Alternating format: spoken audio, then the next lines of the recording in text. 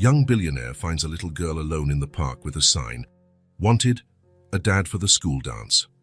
What happens next is unbelievable. Luke Bennett hated changes to his routine. His life functioned like one of his architectural designs, structured, predictable, and meticulously planned. Wake up at 6:15 a.m., coffee at 6:30 a.m., office at 7:45 a.m. There was no room for the unexpected in his days, much less his weekends. That Saturday morning, the sky was clear and the air was crisp. Luke put on his running shoes and headed out for his morning run in Riverside Park. 30 minutes. No more, no less. It had been this way for 5 years, ever since he opened his own architecture firm. At 33 years old, Luke Bennett was what many would call a success. His latest project, a sustainable cultural complex, had been featured in specialized magazines. He lived alone in a minimalist apartment overlooking the river. There was no shortage of clients, money, or date offers. What was missing, though he rarely admitted it, was something that didn't fit into his perfectly organized schedule. He was halfway through his run when something broke his concentration. Normally, he would push forward, ignoring distractions. But this time, he stopped. In an open area of the park, sitting alone on a green bench, was a little girl. Her blonde hair was tied in 2 uneven pigtails, her short legs dangling far from the ground. She wore a floral dress, clearly for a special occasion, with small blue and yellow flowers printed on the light fabric. She didn't look lost or scared. She looked determined. In her lap, she held a handmade sign with colorful, crooked letters. "Wanted, a dad for the school dance." Luke looked around, searching for an adult who might be with her. No one. Just the girl, the sign, and a small pink backpack beside her. Something about the scene bothered him deeply. He was 7 minutes behind on his routine. "Hi, mister," a little voice called out. "Are you looking at my sign?" "Are you interested?" Luke realized he had come to a complete stop, staring at the girl. She couldn't have been more than 5, and her voice had that childish sweetness that was impossible to ignore. "You shouldn't be out here alone," he replied, approaching cautiously. "Where's your mum?" The little girl shrugged. "I'm on an important mission," she said, ignoring his question. "It's very, very important." Luke sat down on the bench, keeping a respectful distance. "And what's this mission that's so important it needs a sign?" "I need a dad for the school dance today. It's a father-daughter dance, and I don't have a dad." She spoke with the typical sincerity of young children. The simplicity of her answer caught Luke off guard. There was no self-pity in her voice, just the direct logic of a child. "Today? The dance is today." "Yes, this afternoon. That's why I'm wearing my floral dress. Mommy said it's my prettiest one." She smoothed the fabric with pride. "But I need a dad to go with me." "She's at work. She works every day. And she gets sad when I talk about the dance." Her big blue eyes fixed on Luke. "You seem nice. Do you have kids?" "No. No wife, either." "So can you be my pretend dad, just for the dance today?" Luke should have said no. He should have explained that it wasn't appropriate, that she should talk to her mother, that maybe she could find an uncle or a family friend. But something in the little girl's eyes, a pure, trusting hope, stopped him. "What's your name?" he asked. "Chloe. Chloe Parker. I'm 5 years old." She held up an open hand, proud. "And you?" "Luke Bennett." "Luke," she repeated, as if testing the sound. "Will you dance with me today?" Luke smiled, surprised by her frankness. "Can I be your date?" Chloe looked at him curiously. "Do you know how to dance?" "Actually, I'm not very good at it," Luke admitted. "That's okay," she replied with a radiant smile. "I don't know how either. We can learn together." "Sounds like a good plan," Luke answered, laughing. "Promise you'll come?" "I promise," Luke replied, placing a hand over his heart. Then it's a deal," Chloe declared, putting her sign away in her pink backpack. "Are you really going with me?" "I am. In fact, I can walk you to the school now, if you want." Chloe's eyes lit up. "Really? You'll walk with me now?" "Of course. I can't let my dance partner go alone, can I?" Chloe shook her head, beaming. "No, you can't." Luke held out his hand, which Chloe promptly took. Together, they started walking through the park toward the exit. "The school is that way," Chloe pointed, guiding Luke with the confidence of someone who knew the path well. "It's not too far." As they walked, Chloe chattered non-stop, telling Luke about her teacher, her friends, and how excited she was for the dance. "There's going to be cake and music," she informed him, swinging her feet excitedly as she walked. "Do you like cake?" "I love cake, especially chocolate." "Me too," Chloe exclaimed enthusiastically. "We're going to be the best dancers." Luke couldn't help but smile at her enthusiasm. "So, is it Brookside Elementary on Maple Street?" "That's right," Chloe confirmed, pointing to a street ahead. "It's over there where the big flag is." As they neared the school, Luke could see the bustle of preparations for the event. Teachers and a few parents were arranging decorations in the schoolyard, and colorful banners announced the annual father-daughter dance. "The dance is at 3 o'clock, Chloe explained, still holding Luke's hand tightly. "You can't be late." "I'm never late," Luke promised.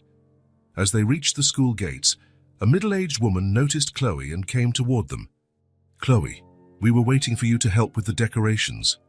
"Miss Emily," Chloe exclaimed, "I brought my date for the dance." The teacher looked at Luke with a surprised expression but smiled politely. "Hello, I'm Emily Watson, Chloe's teacher. Luke Bennett," he introduced himself, extending his hand. "I met Chloe in the park today and, well, she invited me to the dance." Miss Emily seemed to understand the situation immediately, casting a compassionate glance at Chloe before smiling back at Luke. "Well, we're so happy you can come. The dance starts at 3, and we look forward to seeing you there." "I'm going to stay and help with the decorations," Chloe announced, letting go of Luke's hand. "You'll be back at 3, right?" "I'll be here," Luke assured her. "I won't be late." "Pinky promise?" Chloe held out her little finger. Luke linked his pinky with hers, sealing the deal. "Pinky promise?" Chloe smiled, satisfied, and ran off to join other children who were helping to blow up balloons. Miss Emily stayed behind for a moment. "I thank you," she said to Luke in a low voice. "Some children don't have parents present for these events, and it means the world to them." Luke nodded, feeling a lump in his throat. "See you at 3. As he walked away from the school, Luke looked back and saw Chloe excitedly helping with the decorations, her floral dress standing out among the other children. The image of the little girl with her sign and her determination had touched something inside him that had been dormant for a long time. For the first time in years, Luke Bennett was breaking his routine, and strangely, he didn't mind one bit. At 2:45 that afternoon, Luke parked his car in front of Brookside Elementary. He had traded his usual jeans and t-shirt for slacks and a light blue button-down shirt. It wasn't exactly formal wear, but it seemed appropriate for a father-daughter dance at an elementary school. On the passenger seat, a small bouquet of colorful daisies waited. Luke didn't know if it was customary to bring flowers to this kind of event, but he remembered his own father bringing flowers for his younger sister on special occasions, and it felt like the right gesture. The schoolyard was decorated with colorful ribbons and balloons. Families were entering through the main gate, fathers holding hands with their little daughters, all dressed in their best dresses. Luke felt a pang of nervousness. What if Chloe wasn't there? What if someone questioned his presence? He was about to start the car again and leave when he saw her. Standing on the front steps, Chloe was anxiously watching every car that arrived. Her floral dress shone in the sun, and someone had styled her hair in golden curls. She looked so small and hopeful that Luke felt something tighten in his chest. Taking a deep breath, he grabbed the flowers and got out of the car. When Chloe spotted him, her face lit up with a smile that seemed to transform the entire schoolyard. She ran down the steps and stopped in front of Luke, nearly bouncing with excitement. "You came?" "Of course I came. I promised." Chloe nodded, as if it was exactly what she expected, though her sparkling eyes revealed surprise and joy. "I brought these for you," Luke said, offering the bouquet. "So every dancer deserves flowers." Chloe's eyes widened at the sight of the colorful daisies. "Are these for me? For real? For real?" She took the bouquet reverently, as if it were made of crystal. "They're the most beautiful flowers in the whole world." Luke felt a strange warmth in his chest at her genuine joy. "Ready to show me how to dance?" he asked, holding out his hand. Yes. Chloe grabbed his hand confidently. Let's go dance. The school gym had been transformed into a ballroom. Colorful balloons and streamers decorated the ceiling. Tables with colorful cloths surrounded the dance floor, and a DJ was playing upbeat music. Dozens of fathers and daughters were already dancing in the center. That's Lily, Chloe pointed to a girl in a pink dress. And that's Emma, my best friend in the whole world. She waved frantically at a little girl with braids, who waved back. Luke let Chloe guide him to a table in the corner. She carefully placed her flowers in a cup of water she got from the beverage table. So they don't die, she explained seriously. An upbeat song started playing, and Chloe pulled Luke by the hand. This is my favorite song. Let's dance. On the dance floor, Chloe started jumping and spinning without any coordination, but with contagious enthusiasm. Luke, feeling awkward at first, soon found himself infected by her joy. He started dancing clumsily, making Chloe laugh out loud. You dance funny, she exclaimed between laughs. I warned you, Luke replied, exaggerating his clumsy moves even more. For several minutes, they danced without caring about curious onlookers. Luke couldn't remember the last time he had had so much fun or laughed so freely. When a slow song began, Chloe looked at him with expectation.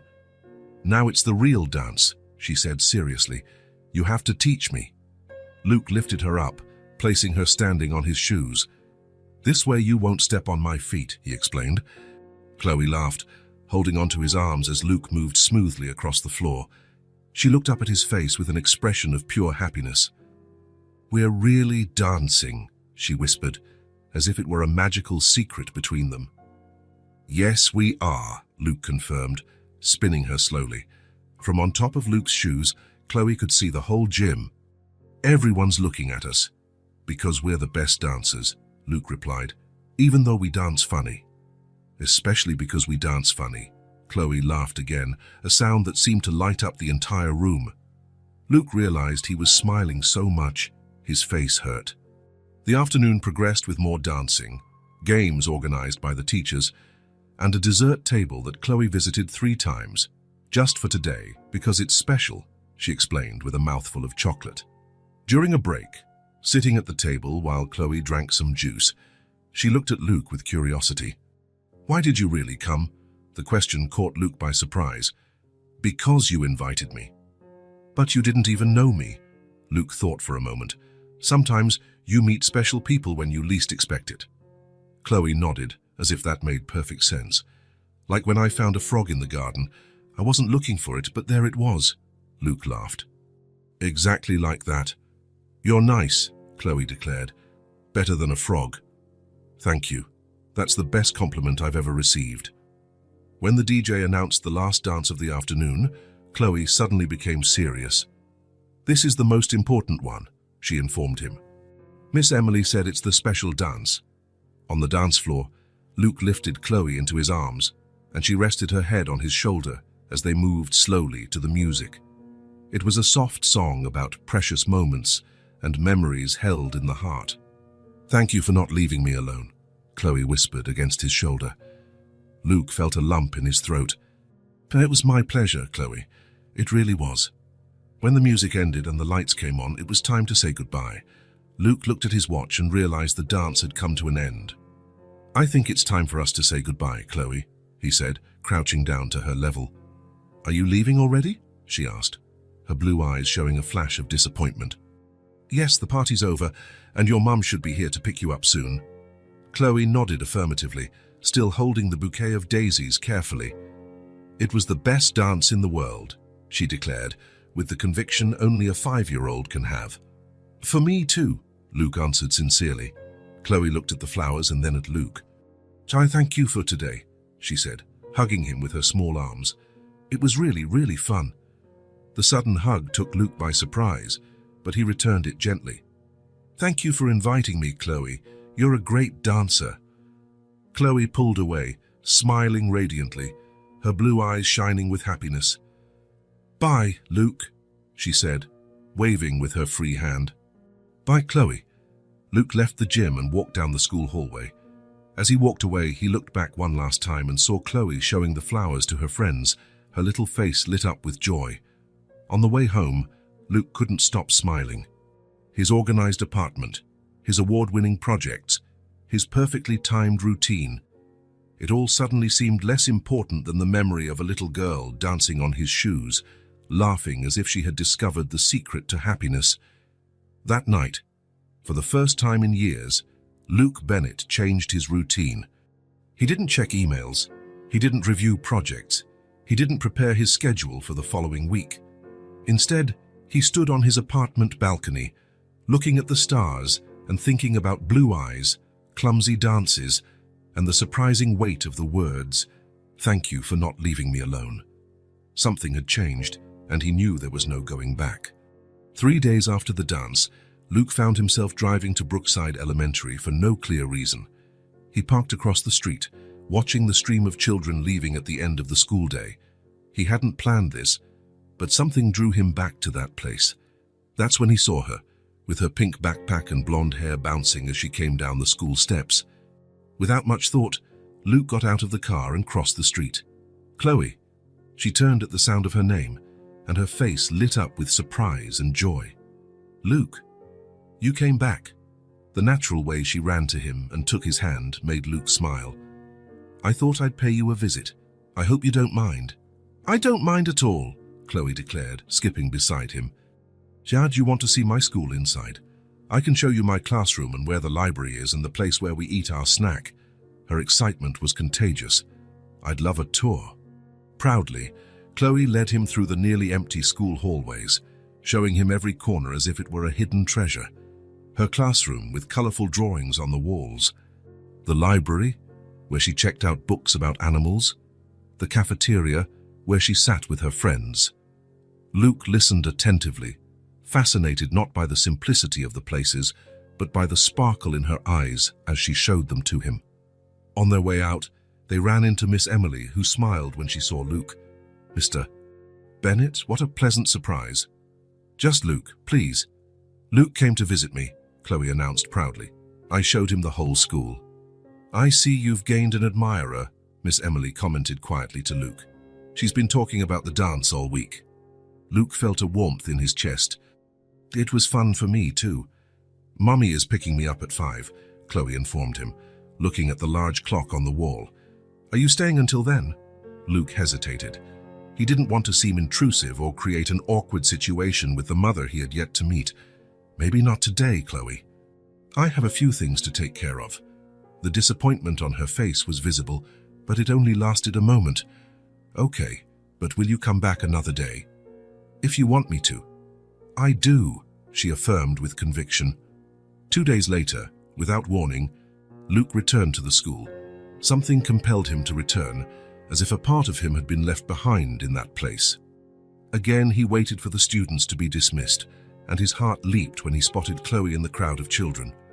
When she saw him, her smile was immediate and bright. "You came back again." "I thought we could get some ice cream," Luke suggested. "If that's okay with you." "It's more than okay." "I love ice cream."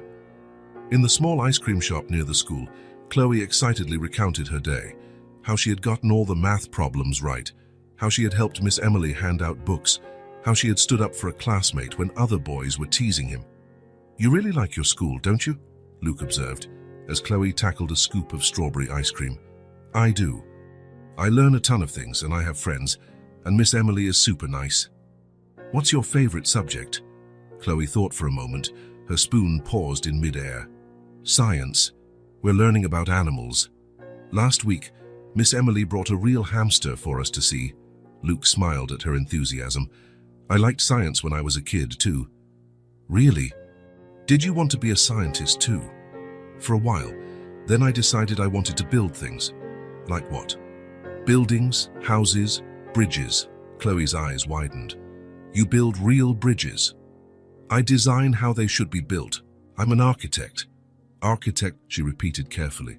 "That sounds important," Luke laughed. "Sometimes it is. Other times, it's just drawing a lot of lines and doing a lot of math." Chloe nodded as if she understood perfectly. The next day, to his own surprise, Luke found himself on his way to the school again.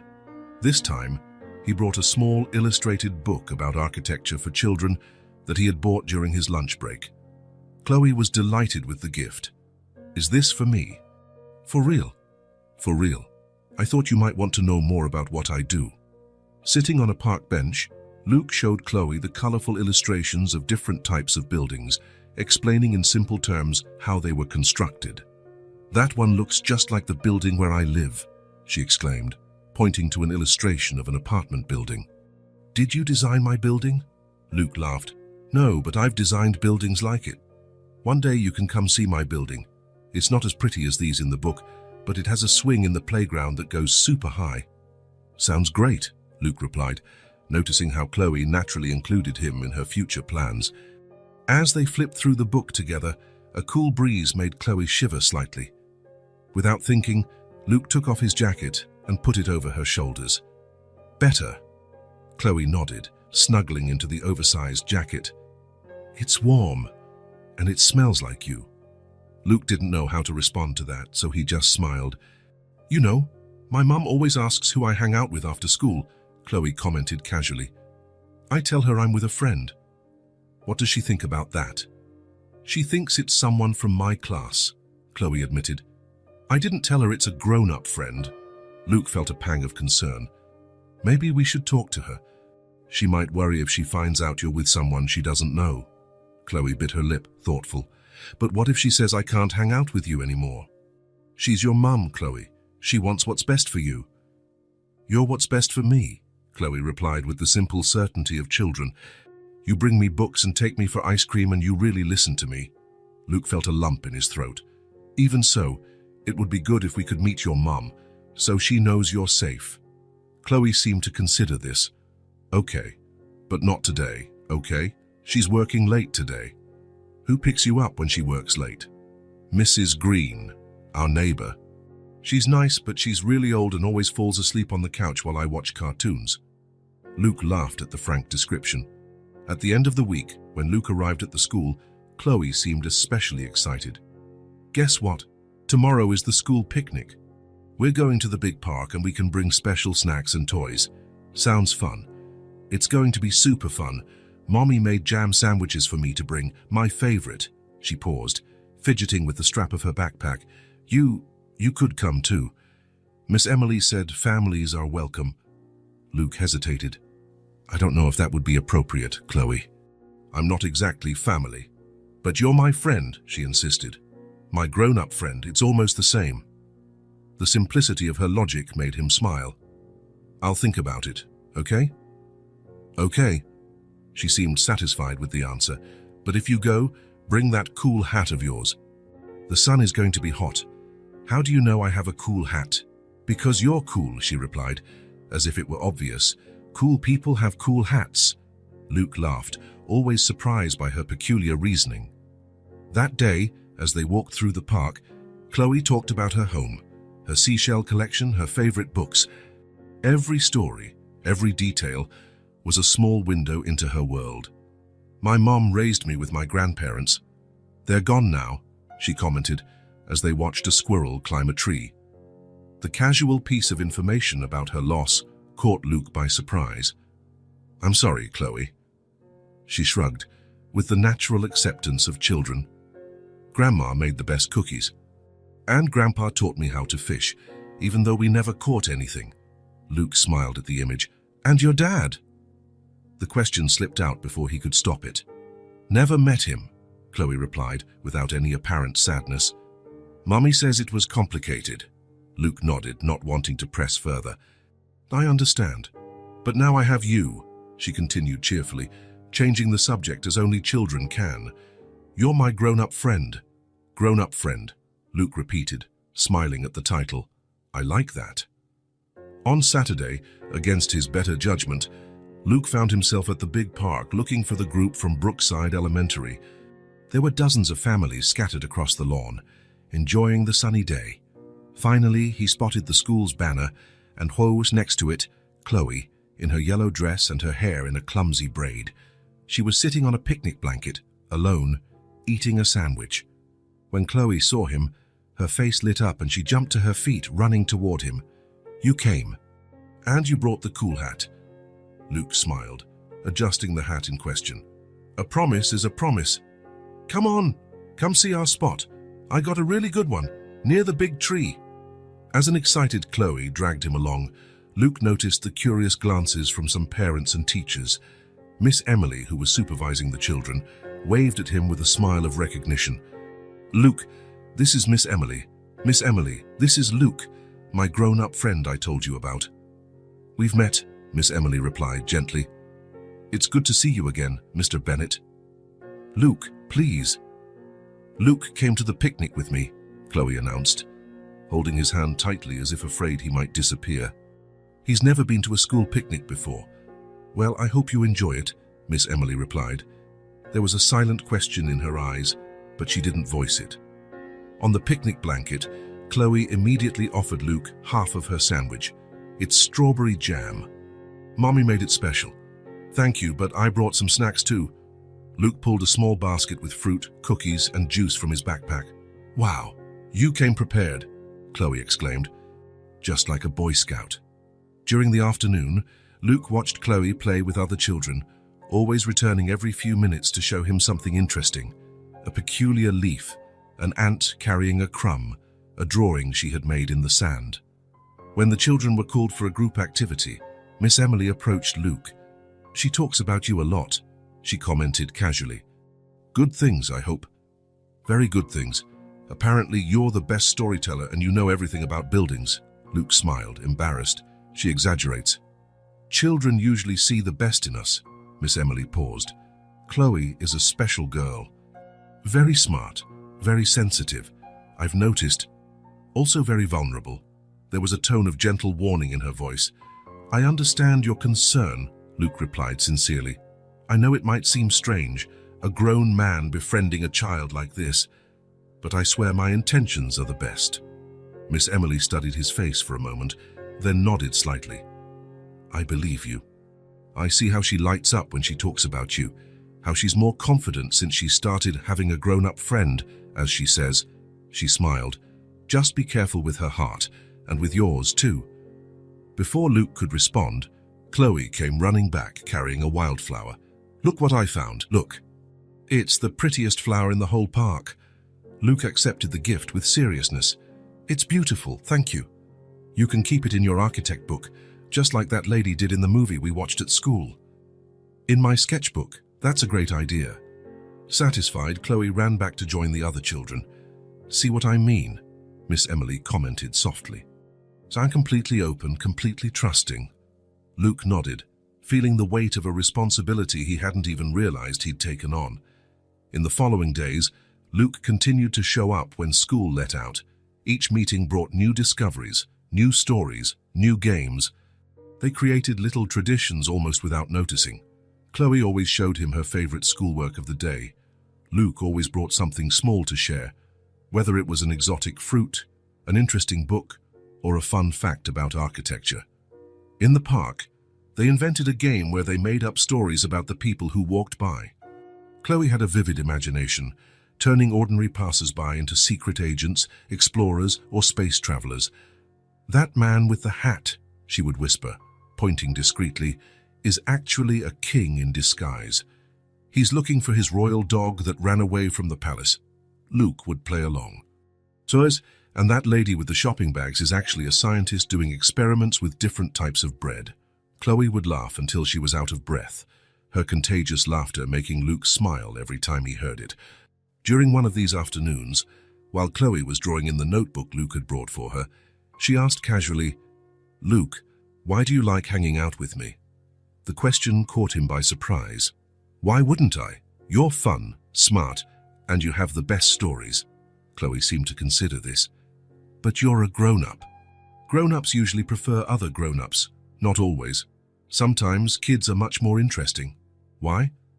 Because you see the world differently, more truthfully. Chloe nodded, as if that made perfect sense. Like when we saw that cloud that looked like a dragon. No other grown-up saw it, just us. Exactly like that. You're different from other grown-ups, Chloe declared with conviction. You can still see cool things. Luke felt something warm in his chest. It was a simple but deeply meaningful compliment.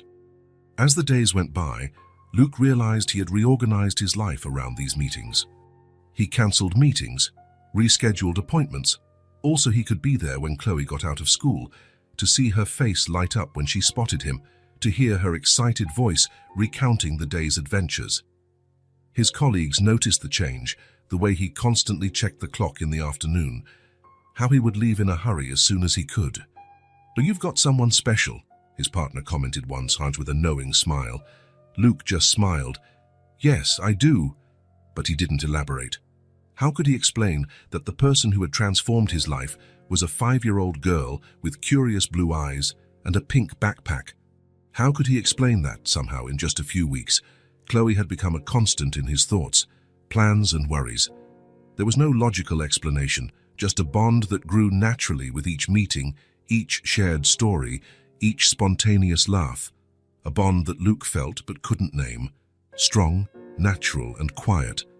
It was on a sunny afternoon in the park, while they were watching the ducks in the pond, that Luke first noticed it.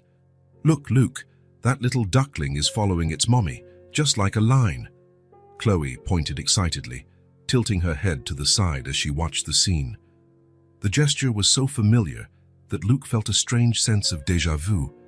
It was exactly what he himself did when he considered something interesting, the same precise tilt, the same furrowing of his brow. "They always follow their mother in a line," Luke explained.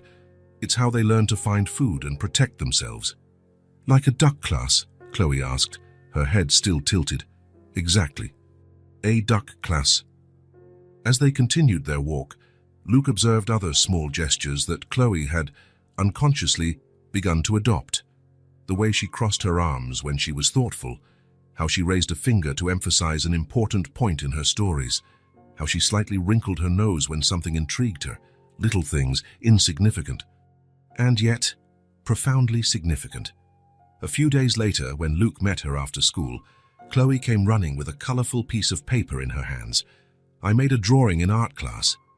"Look, it's us, sir." Luke examined the artwork seriously. 2 stick figures, one tall and one small, both with yellow hair and big smiles, holding hands in front of what looked like the park where they spent so many afternoons. "It's wonderful, Chloe. You captured our smiles perfectly. I can make more for you. Lots and lots, for you to put up in your house." Luke smiled, moved by the offer. "I'd love that." In the following days, Chloe produced an impressive collection of drawings, Luke and her at the zoo, at the museum, eating ice cream, feeding ducks. Each new drawing was delivered with the same expectation shining in her blue eyes. "So you don't forget our outings," she would explain simply. Luke kept each one carefully, and soon his refrigerator was covered with Chloe's colorful creations, each drawing held up with magnets, like little windows into precious shared moments. "You have eyes just like mine," Chloe observed one afternoon, as they shared a chocolate ice cream. She was looking directly at him, with a surprising intensity for a 5-year-old. Luke smiled. "I guess we do. Blue like a summer sky. Miss Emily says my eyes are special, that they're the color of the ocean on a clear day." "Miss Emily is right. Your eyes are very special." Chloe tilted her head, considering something. "Do you think that's why we're friends?" "Because our eyes look alike." The innocent question touched something deep within Luke. "I think we're friends because we get along well, because we like the same things." "Like chocolate ice cream and dinosaur stories," she agreed solemnly. "Exactly." Chloe turned her attention back to her rapidly melting ice cream, but Luke kept thinking about her observation. He wasn't the first person to notice the resemblance. The previous week, another student's mother had casually commented how Chloe had her father's eyes. Luke had smiled politely without correcting the mistake, feeling a strange mix of embarrassment and something else, something he couldn't name. In his office, Luke hung some of Chloe's drawings on the wall next to his desk. His colleagues noticed the change. "These are good," commented Megan, his assistant, observing a particularly colorful drawing of 2 stick figures stargazing. "Your niece?" "No," Luke replied, but without elaborating. How could he explain who Chloe was in his life? Friend seemed inadequate to describe the bond between an adult and a 5-year-old, but what else could he say? "She's got talent," Megan continued, looking closer.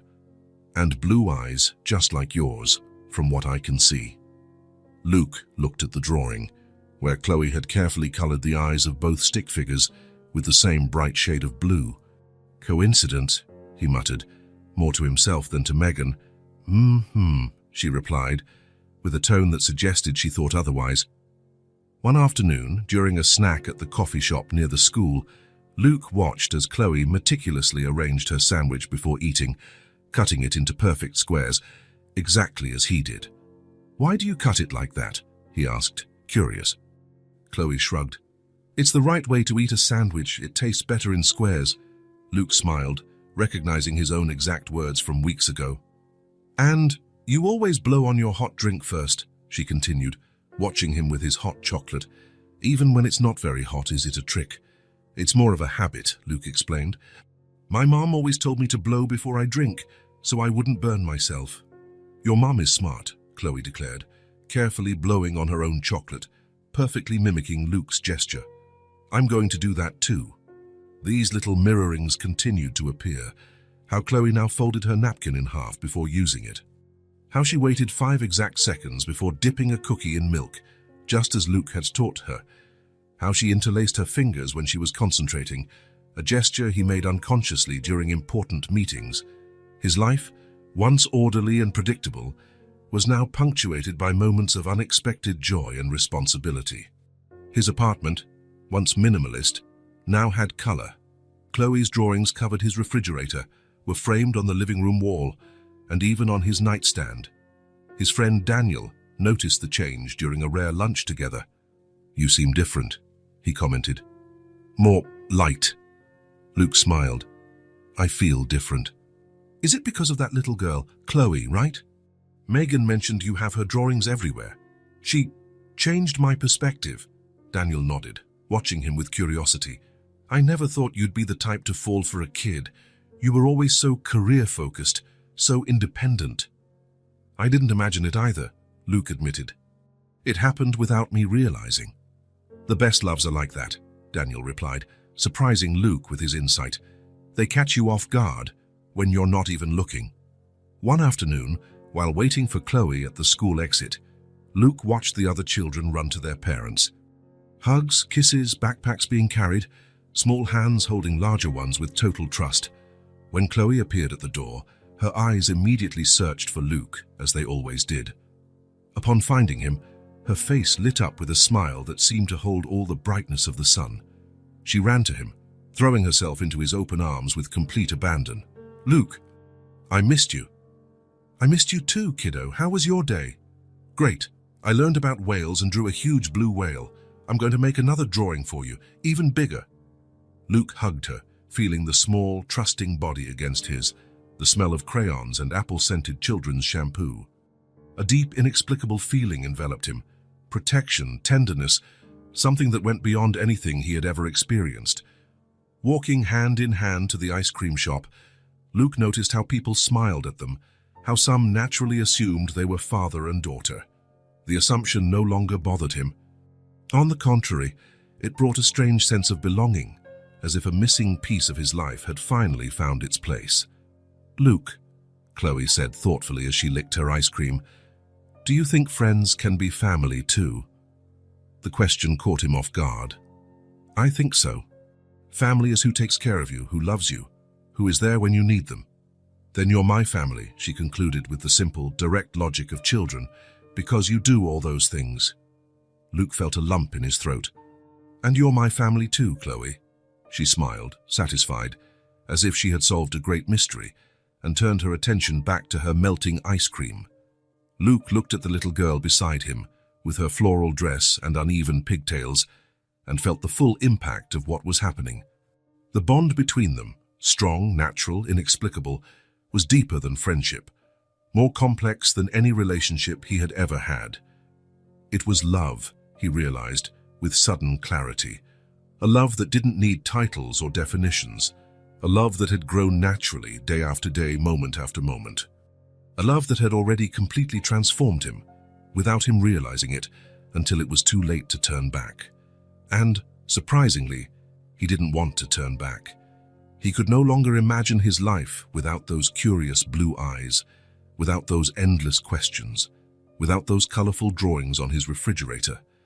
Love had already transformed him, silently, without warning. And Luke embraced this transformation with an open heart. It was an ordinary Friday afternoon. Luke had left work early to pick up Chloe from school, as he had done dozens of times in recent months. They planned to go to the Science Museum, which had just opened a new dinosaur exhibit, something Chloe had been talking about excitedly for weeks. The sky was overcast, threatening rain, but that didn't dampen Luke's enthusiasm. He had even bought tickets in advance to make sure they wouldn't have to wait in line. He arrived at the school a few minutes before the bell, positioning himself in his usual spot, leaning against the large tree near the gate, where Chloe always looked for him first. He smiled at a few parents who now recognized him from the routine, and waved at Miss Emily, who was crossing the yard with a stack of books. The bell rang, and the children began to pour out in noisy little groups. Luke watched the door, searching for Chloe's blonde hair and her pink backpack. When he saw her, his face lit up automatically. She was running towards him with that huge smile she always reserved for him, a sheet of colored paper in her hand, probably a new drawing for his collection. "Luke, look what I made today. It's a stegosaurus and—" "Chloe." A female voice cut off the girl's excited chatter. Luke looked up and saw a woman approaching quickly. Blonde hair in a messy bun, blue nurse's scrubs, pronounced dark circles under her eyes from someone who worked many night shifts. But it was the eyes that paralyzed him. Blue eyes he knew well, eyes he hadn't seen in over 6 years, but which haunted him in occasional dreams. "Sophie." The woman stopped abruptly upon hearing her name, finally looking directly at him. Her face lost all its color. "Luke." The world seemed to freeze for an instant. The noise of the children, the wind in the trees, even the threat of rain, it all disappeared. There were only those blue eyes that, he now realized, were identical to Chloe's. "Do you guys know each other?" Chloe's voice broke the moment, bringing them back to reality. Sophie blinked rapidly, as if waking from a trance. She reached out her hand to her daughter, ignoring the question. "Let's go, Chloe. We're running late." "But, Mommy, Luke and I are going to see the dinosaurs today. He bought special tickets and everything." Sophie shot a look at Luke that contained so many conflicting emotions, it would be impossible to decipher them. Fear, guilt, anger, surprise, all mixed in a second of eye contact before she looked away again. "Not today, sweetie.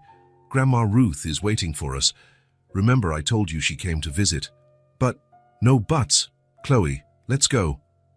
The tone was final, allowing no argument. Luke remained motionless, still processing what was happening. Sophie. Chloe's mother was Sophie. Sophie Parker. The same Sophie who had been his first serious love in college. The same Sophie who disappeared from his life without explanation 6 years ago. 6 years. Chloe was 5. The math was too simple to ignore. "Sophie, can we talk?" His voice came out hoarse, almost unrecognizable to his own ears. Sophie finally faced him, her eyes showing a flash of panic. "Now is not a good time. When would be?" I don't know." She held Chloe's hand more firmly and started to walk away. The girl looked back, confused and clearly disappointed. "Luke, what about the dinosaurs?" "Another day, Chloe," he managed to say, trying to keep his voice steady for the child, even as his world turned upside down. "Have fun with your grandma. Promise we'll go another day." Before he could answer, Sophie pulled Chloe away, quickening her pace almost to a run. Luke watched them walk away, still unable to move. A drop of rain fell on his face, followed by another and another. Soon it was pouring, but he remained motionless under the tree, soaked and in shock. Sophie. The mother he had never met. The woman who worked double shifts, who had raised Chloe with the help of her now-deceased grandparents. The woman who, apparently, had never mentioned his existence to her daughter. And Chloe. Chloe with her blue eyes, so much like his. With her way of tilting her head when she thought, with her stubborn determination, with her love for chocolate ice cream. Chloe, who could be... No, he couldn't jump to conclusions. There were alternative explanations. Coincidences existed. He needed to talk to Sophie, to understand what was happening. "Mr. Bennet, is everything all right?" Miss Emily approached, holding an umbrella. Her face showed genuine concern. "You're soaked. Do you want to come inside and wait for the rain to pass?" Luke shook his head, finally snapping out of his stupor. "I'm fine, thank you." "Are you sure? You look like you've seen a ghost." "In a way I have," he muttered, more to himself than to the teacher. "I'm sorry." "Nothing. I have to go. Thank you, Miss Emily." Luke walked mechanically to his car, sat behind the wheel, and stared at the rain lashing against the windshield. His mind worked frantically, trying to process the revelation of those brief minutes. Sophie Parker. After all these years, the same Sophie who had disappeared from his life when they were in their senior year of college, without explanation, without a proper goodbye. The same Sophie who never answered his calls, who changed her number, who their mutual friend said had transferred to another university. The same Sophie who was now Chloe's mother. Chloe who had entered his life holding a sign in the park. Chloe who called him my grown-up friend. Chloe who shared so many of his mannerisms, his tastes, his expressions. Chloe who could be his daughter. The past wasn't just knocking on his door, it was breaking it down, demanding to be recognized. Luke didn't sleep that night, nor the next. Thoughts swirled in his mind like a relentless carousel, bringing memories from 6 years ago, mixed with images of Chloe. Her smile, her blue eyes, her way of tilting her head when she thought about something complicated. By the third day, he couldn't take it anymore. He needed answers. Finding Sophie's address wasn't difficult. Luke had been to the building's entrance several times, waiting while Mrs. Green picked up Chloe. He had never gone inside, respecting the space and privacy that Sophie, unbeknownst to him, had created between them. Now, standing in front of the red brick building in a modest neighborhood, he felt his heart race. He was about to confront not just his past, but possibly his present and future as well. In the simple lobby, he located the intercom, apartment 3B, S, Parker. His finger hovered over the button for a long moment before pressing it. Silence. Then the familiar, cautious voice. "Yes? Sophie, it's me, Luke. We need to talk."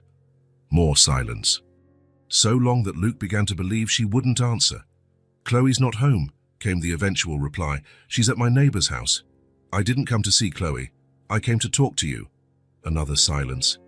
Then the buzz of the door being unlocked.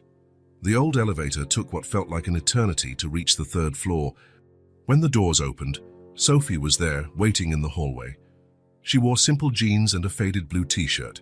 She looked paler than usual, her loose blonde hair framing a face that showed the weight of long-kept secrets. "Hello, Luke." "Sophie." They stared at each other for a moment, as if neither knew what to say next. 6 years of silence hung heavy between them. "Do you want to come in?" she finally offered, gesturing to the open door behind her. The apartment was small, but cozy. Photos of Chloe decorated the walls. Baby Chloe, toddler Chloe, Chloe in various stages of growth. A story in pictures that Luke was not a part of. "Sit down," Sophie said, pointing to the worn but clean sofa. "Want something to drink? I have coffee. Or tea." "No, thank you." Luke remained standing. He couldn't sit, not with the adrenaline coursing through his veins. Sophie didn't sit either. They both stood, separated by the small coffee table, like adversaries sizing each other up before a duel. "Why did you never tell me?" Luke finally asked, his voice more restrained than he expected. "Why did you disappear like that?" Sophie looked away, her fingers nervously twisting the hem of her shirt. "It's complicated. We have time," she sighed deeply, as if gathering strength. She finally sat down, almost collapsing onto the sofa, and Luke followed her lead, keeping his distance. "You had so many plans," Sophie began, her voice barely a whisper. "Your internship in New York, your master's in architecture, that international scholarship you wanted so badly. You talked about it all the time, building your future step by step. And I was just trying to decide between pediatrics and nursing." Luke frowned. "So what does that have to do with—" "My parents said it was better to end it," she interrupted, the words rushing out now. "Better before I got hurt, that you wouldn't stay." Luke felt as if he'd been punched in the gut. And you believed them? Sophie finally looked at him, her blue eyes, the same as Chloe's, shining with unshed tears. I was young, scared, and ashamed. Ashamed of what, of us? She shook her head, running her hands through her hair in a nervous gesture Luke remembered well. Ashamed of not being enough, of not having grand plans like you, of thinking that, eventually, you would realize that and leave me. Sophie, I loved you. The confession came out easily, naturally, even after so many years. I would never have left you. I know that now, she sighed, but at 21, when my parents were filling my head with all the reasons our relationship wouldn't work out in the long run, it seemed easier to end it before the inevitable happened. Luke shook his head, trying to understand. Well, you could have talked to me. We could have worked it out together. I should have. Silence fell between them again.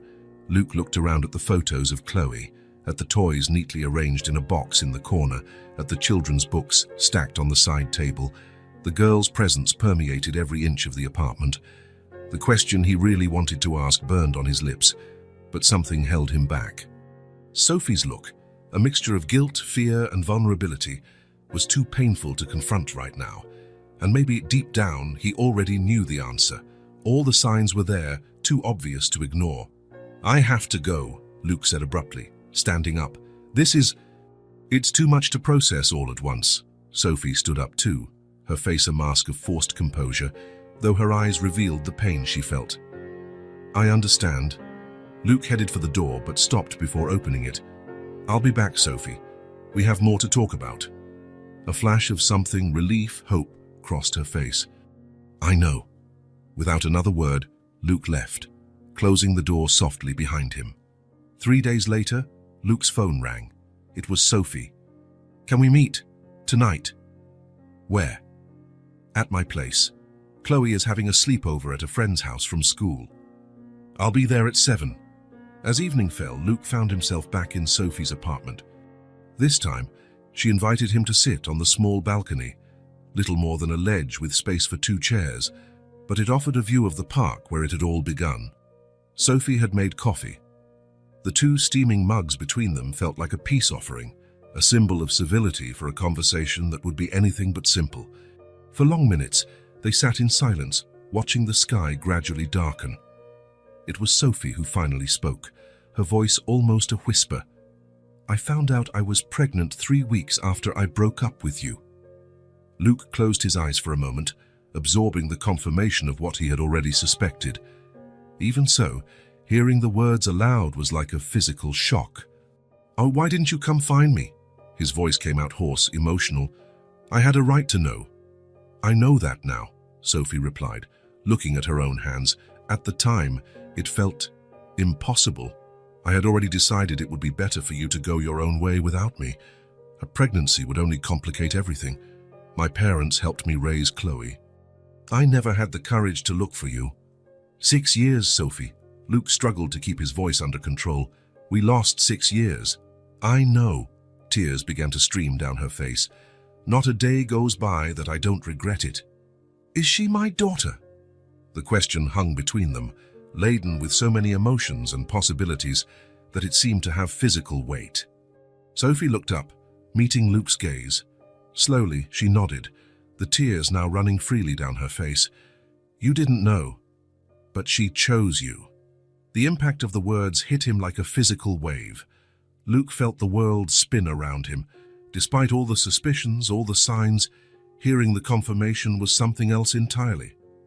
Chloe was his daughter, the girl with the sign in the park, the child who had transformed his life in recent months, the little person whose drawings covered his refrigerator, whose stories filled his days, whose smile lit up his world, was his daughter. Luke felt tears burn his eyes. He couldn't speak. There were no words to express the whirlwind of emotions flooding him. Shock, joy, anger at the lost time, fear of the future, overwhelming love. Sophie remained silent, giving him space to process. The only sound was the distant hum of the city and Luke's heavy breathing as he tried to regain control. Finally, when he could speak, his voice was thick with emotion. All this time, all these months together, and I didn't know. "I realized who you were when I saw you with her at the school," Sophie confessed. "It was as if the world stopped. I never imagined you would meet like that. How did it happen, of all the people in the park that day? Fate." "Coincidence," Sophie shrugged, a sad smile on her lips. "Or maybe something deeper, something neither you nor I could explain." Luke thought of all the moments shared with Chloe. The stories in the park, the ice cream at the coffee shop, the drawings on the refrigerator, how she ran to him after school, how she held his hand with complete trust, how she shared her secrets and dreams, how she tilted her head just like him when she was thoughtful, how she had his eyes, his smile, his way of seeing the world. And suddenly, it all made sense. The immediate bond, the inexplicable connection, the love that had emerged naturally, effortlessly. It wasn't coincidence, it was his own flesh and blood. The days following the revelation passed in a whirlwind of emotions for Luke. Shock, joy, anger at the lost time, fear of the future. It all swirled in his heart as he tried to process the truth. Chloe was his daughter. At first, Sophie suggested they keep their distance for a while, so they could both absorb the situation. Luke firmly refused. "I've already lost 5 years," he said. "I'm not losing another day." They agreed, then, to maintain their routine of meetings with Chloe, while they decided how and when to tell her the truth. For the little girl, nothing changed. Luke remained her grown-up friend, who picked her up from school, took her for ice cream, and listened to her endless stories about dinosaurs and stars. But for Luke, everything was different. Every smile from Chloe, every gesture, every word had a new meaning. She wasn't just a child he was fond of, she was his daughter, his blood, a part of him that existed in the world without his knowledge. In the moments they were together, Luke found himself studying every detail of her face, identifying traits that came from him, mannerisms that had been passed down without contact. The way she furrowed her brow when she was concentrating, the way she tilted her head when something intrigued her. Even her laugh, that laugh that had always warmed him inside, had echoes of his own. How had he not noticed before? How had he not seen the obvious right in front of his eyes? On a sunny afternoon, Luke took Chloe to the zoo. Watching her run from one enclosure to another, her blue eyes wide with fascination, was like seeing a piece of his own childhood relived. "Luke, look." "The lion is looking at me," she shouted, pointing to the large feline resting lazily in the sun. "He must find you interesting," Luke replied, crouching down beside her. "Do you think he thinks I'm his cub?" Chloe asked, her imagination always running wild. The word cub hit Luke unexpectedly. Daughter, his daughter. "Maybe," he managed to reply, emotion tightening his throat. Chloe didn't seem to notice his hesitation, already running to the next enclosure, where monkeys were performing acrobatics on suspended ropes. Later, while sharing cotton candy on a bench near the central fountain, Chloe looked at him with that peculiar seriousness she sometimes assumed. "And you're always going to be my friend, right, Luke?" "Always," he promised, his heart aching at the irony of the question. He would be so much more than a friend, if only she knew. "Even when I get big, especially when you get big." Satisfied with the answer, Chloe turned her attention back to the cotton candy, oblivious to the emotional turmoil she had caused with her innocent question. When he dropped Chloe off at home after their outing, Luke found Sophie waiting at the door. There was a moment of silent tension between them. They were still learning to navigate this new dynamic, where they were no longer strangers, not exactly friends, but bound by a bond deeper and more permanent than any other. "Did she have fun?" Sophie asked, as Chloe ran inside to get her drawings from the day. "A lot. I think her favorite was the penguin habitat," Sophie smiled. "She's always liked penguins, ever since she was little." "Me too," Luke commented.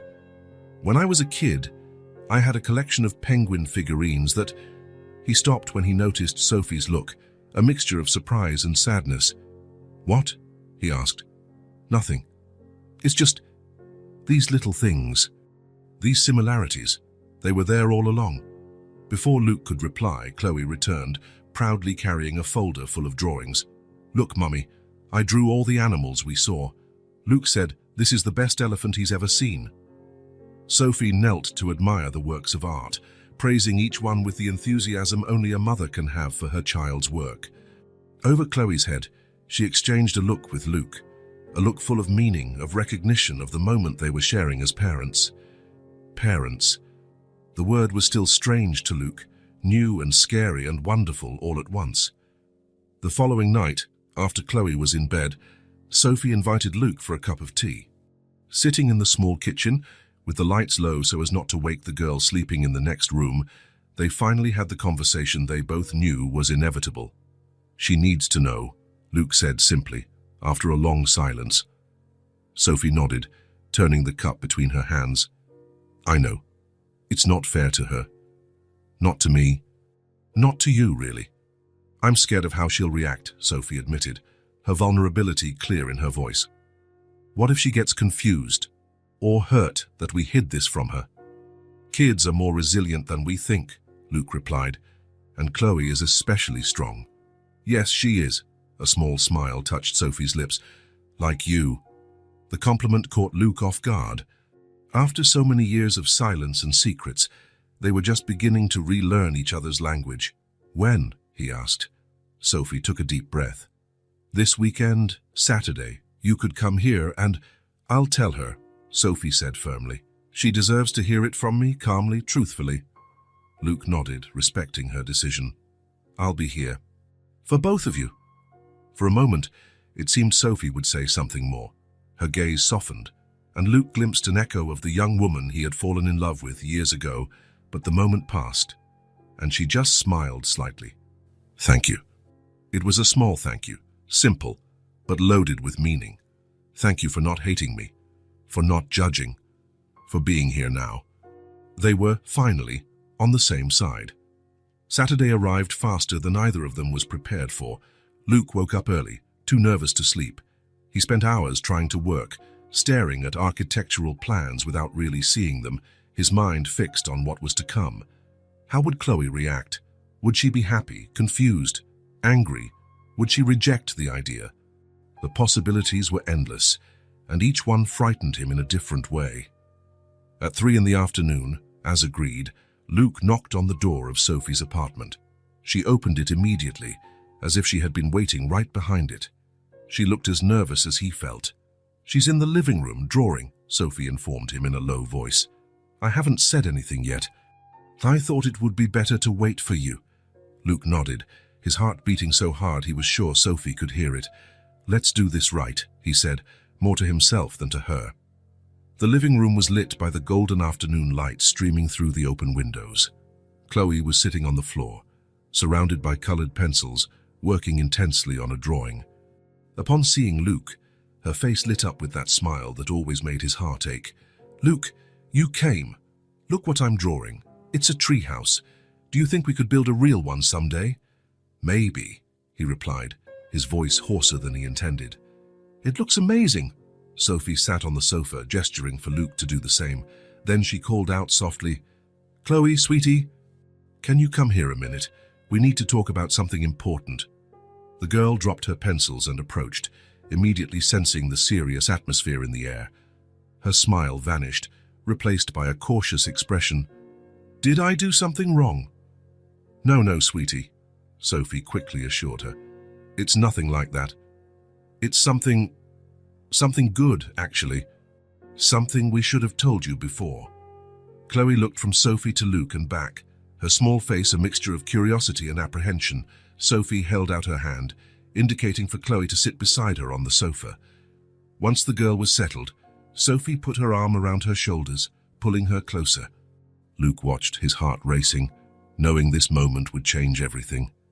In a sweet, steady voice, Sophie began, "Chloe, you've always asked me about your dad. Remember?" The girl nodded solemnly. "And I always said he couldn't be with us. But that wasn't the whole truth." Sophie paused, gathering her courage.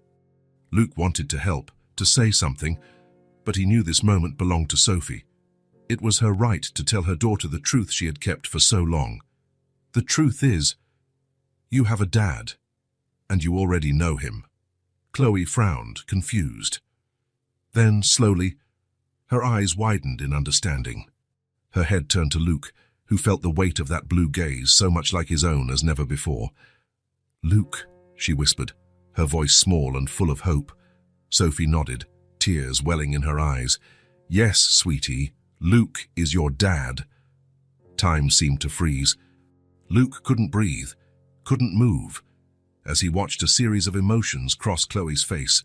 Surprise, confusion, assimilation, and finally, something that looked like joy. Slowly, Chloe got up from the sofa and walked over to Luke. She stopped directly in front of him, her blue eyes examining his face as if seeing him for the first time. "You're my dad?" she asked, her voice barely above a whisper. Luke swallowed the lump in his throat. "Yes, but even without knowing, I already loved you." For a terrible moment, Chloe just stared at him, her little face unreadable. Then, without warning, she threw herself into his arms, hugging him with all the strength her 5-year-old body could muster. "You're the best dad in the world," she declared against his chest. Luke hugged her back, tears now streaming freely down his face. He looked over Chloe's head at Sophie and saw that she was crying too, a trembling smile on her lips. "I knew it," Chloe said, pulling back slightly to look at Luke. "I knew you were special. That's why we have the same eyes, right? And the same way of tilting our heads when we're thinking." Luke laughed through his tears, amazed at her perception. "Yes, that's why." "And are you going to live with us now?" Chloe asked, looking hopefully from Luke to Sophie. The adults exchanged a quick glance, caught off guard by the direct question. "No, sweetie," Sophie answered gently. "Luke has his own house, but he's going to be in your life now. Always. Like a real dad," Luke added. "Better than a grown-up friend?" Chloe asked, with that adorable seriousness she sometimes assumed. "Different," Luke answered carefully. "Being your dad is the most important job I've ever had." That seemed to satisfy Chloe, who smiled and hugged him again. "So can I call you Dad now?" The simplicity of the question almost undid Luke completely. "I would love that," he managed to say, his voice choked with emotion. Sophie watched the scene, silent tears still streaming down her face. When Luke looked up at her, he saw not only sadness for the lost time, but also relief and maybe, just maybe, a glimmer of hope for the future. Chloe, apparently tired of the emotional intensity, suddenly pulled away. "I'm going to make a new drawing," she announced, "of our family." As she ran back to her colored pencils, Luke and Sophie shared a look loaded with meaning. It wouldn't be easy.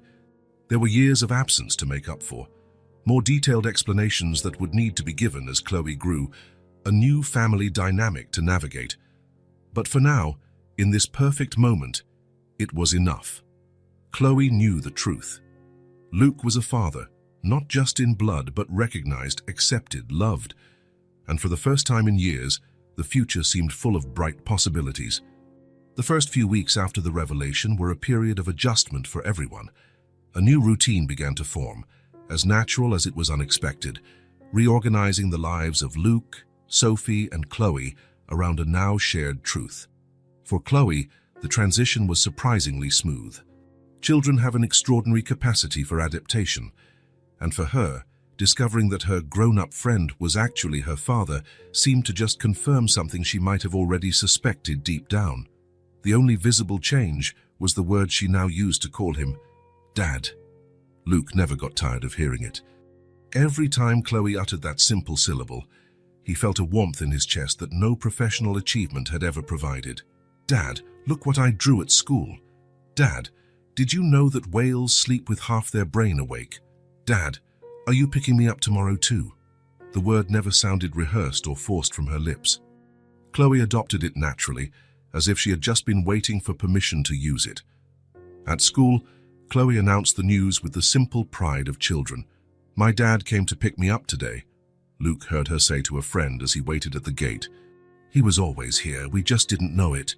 Miss Emily smiled at Luke from the classroom door, a gentle smile that conveyed understanding. "That explains a lot," she commented as she passed him. "The eyes, the mannerisms. I always thought there was something familiar. Weekends now belong to the three of them. Saturdays in the park, Sundays for movies or carefully planned outings to create memories that would somehow compensate for the lost years." "We're not trying to go back to the past," Sophie explained to a curious friend who asked if she and Luke had gotten back together. "We're just building something new," thought Chloe.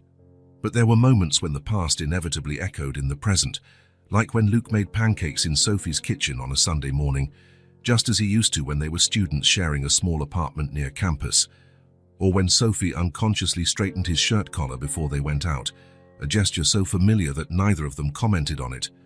Small moments of domestic intimacy that felt both new and old, strange and comfortable. "Can I stay with Dad tonight?" Chloe asked one day, catching them both by surprise. It was a Thursday, not usually part of Luke's routine with her. Sophie hesitated for only a second before replying, "If your dad doesn't have other plans, nothing that can't be rescheduled," Luke replied promptly. And so another piece of the puzzle fell into place. Occasional nights at Luke's apartment became part of the new routine, with a room slowly being transformed into Chloe's space. Walls painted seafoam green, her favorite color of the week. Shelves for her books and toys, a bed with a starry quilt. The first time Chloe slept over, Luke could barely sleep, getting up at every noise to check on her. In the morning, he found her sleeping peacefully, clutching the teddy bear he had bought especially for the occasion. "Did you sleep well?" he asked when she finally opened her eyes. "Yes," Chloe replied, rubbing the sleep from her face. "But you look tired, Dad." Luke laughed. "I'll get better with practice."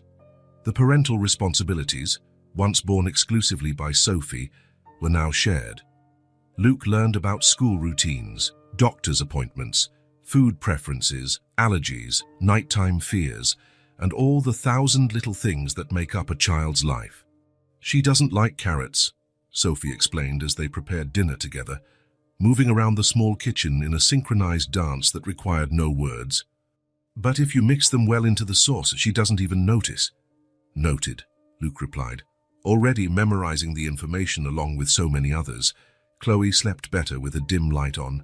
She loved stories about the ocean. She was afraid of thunder but fascinated by lightning. She hated socks with seams at the toes. The coordination between them developed with surprising ease. Text messages about school schedules, quick calls about who would pick Chloe up on which day, consultations about decisions that once belonged only to Sophie. "I think she has a fever," Luke said one night, his hand on the forehead of a Chloe who had fallen asleep on the couch during a movie. "Not too high, but..." "There's a thermometer in the bathroom drawer," Sophie replied, already going to get it, "and fever reducer in the kitchen cabinet, second shelf." They worked together, taking her temperature, administering the medicine, placing cool compresses on Chloe's forehead. When the fever finally broke around midnight, they both sighed in relief. "You're good at this," Sophie commented as they put away the medicine. "Patient, calm." "I had a good teacher," Luke replied, and the smile they exchanged contained more than just relief over Chloe's improvement. There were also the discreet, almost imperceptible moments when Sophie's gaze met Luke's over Chloe's head during dinner, or when their fingers brushed briefly as they passed the salt. Little sparks of something unsaid, unexplored, but definitely present. Neither of them mentioned these moments. There was a tacit agreement that the focus was on Chloe, that their relationship was now one of co-parents, of partners in this new family setup. But sometimes, when Chloe was asleep and they shared a cup of tea on the balcony, talking about the day or making plans for the weekend, the silence between sentences carried unasked questions, unexplored possibilities. "She has your eyes," Sophie said one night, looking at a recent photo of Chloe on Luke's phone. "I was always afraid someone would notice. And my stubbornness, apparently," Luke added with a smile. "Oh, she definitely inherited that from you," Sophie laughed. "I still remember how you could argue for hours about the best way to design a treehouse. Because I was right. See? Just like you." They laughed together, and for a moment it was as if the 6 years of separation had never existed. But they both knew it wasn't that simple. Time had passed. They had changed. Life had taken different paths. And yet, "Are you guys boyfriend and girlfriend?" Chloe asked one day, direct as always, as the three of them had ice cream after an afternoon at the zoo. Luke choked on his chocolate cone. Sophie blushed, her eyes fixed on her own ice cream. "No, sweetie," Sophie finally replied. "Your dad and I are friends. We're your parents. But you can be boyfriend and girlfriend too, can't you?" Chloe insisted, with the simple logic of children. "Like Emma's parents." "It's complicated, Chloe," Luke tried to explain. "Sometimes adults can be parents together without being boyfriend and girlfriend." Chloe considered this for a moment, her brow furrowed in concentration. "Being a grown-up is boring," she finally declared, turning her attention back to her melting ice cream.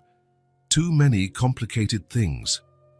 Luke and Sophie exchanged a look over her head, a look that said a lot without needing words. As the weeks passed, the new routine solidified.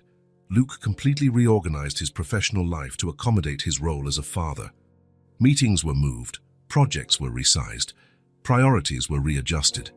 "I never thought I'd see you leaving the office at 5 o'clock sharp," his partner commented, surprised by Luke's new punctuality at the end of the workday. "I have more important commitments now," Luke replied simply. Sophie also made adjustments. After years of shouldering the responsibility of raising Chloe alone, allowing herself to share that burden was a gradual process. "You don't have to call to check if everything's okay," she told Luke, the third time he called, during the first weekend Chloe spent entirely with him. "I trust you." Those 3 words meant more than they seemed. Trusting Luke with Chloe was the final acknowledgement that he was, in fact, a father, not just in name or blood, but in daily practice. On a quiet evening, while watching Chloe play on the playground in the park near Sophie's apartment, Luke reflected on how his life had changed in just a few months. "If someone had told me at the beginning of the year that by July I'd be a father, I would have thought it was impossible," he commented. Sophie smiled, her eyes following Chloe as she swung higher and higher, shouting for them to watch. "And if someone had told me that Chloe would finally have her father in her life, and that it would be so natural, I wouldn't have believed it either." "Look how high I'm going," Chloe yelled from the swing. "We see you, sweetie," Sophie replied, waving. Then, quieter, to Luke, "It's been good for her, for all of us, actually." Luke nodded, feeling a wave of gratitude for the unexpected path his life had taken. "An unconventional family. A new way of being a family," Sophie corrected gently. Luke liked that definition. It was exactly that. Not an attempt to recreate what could have been, but the construction of something new, based on the present, not the past. He watched Sophie for a moment, her delicate profile against the evening light, her blonde hair carelessly tied back, her attentive eyes following Chloe's every move. The woman who had been his first true love, the mother of his daughter, the person with whom he now shared the most important responsibility of his life. As if feeling his gaze, Sophie turned to him. For an instant, something passed between them, recognition, perhaps, of all they had lost, and simultaneously, of all they had found. They don't go back to the past, but they allow a new present to blossom. Autumn arrived, painting the park trees in shades of red and gold. 3 months had passed since the revelation that transformed their lives, and the new routine no longer felt so new. It had simply become their life. Luke spent 4 nights a week in his apartment, and 3 on the sofa bed in Sophie's living room, to be present for Chloe's mornings. The girl divided her time between the 2 homes, carrying toys and books from one place to another in her pink backpack, adapting to the new dynamic with the natural flexibility of children. To any outside observer, they looked like a family in every way but on paper. They shared meals, responsibilities, decisions. They attended school meetings together.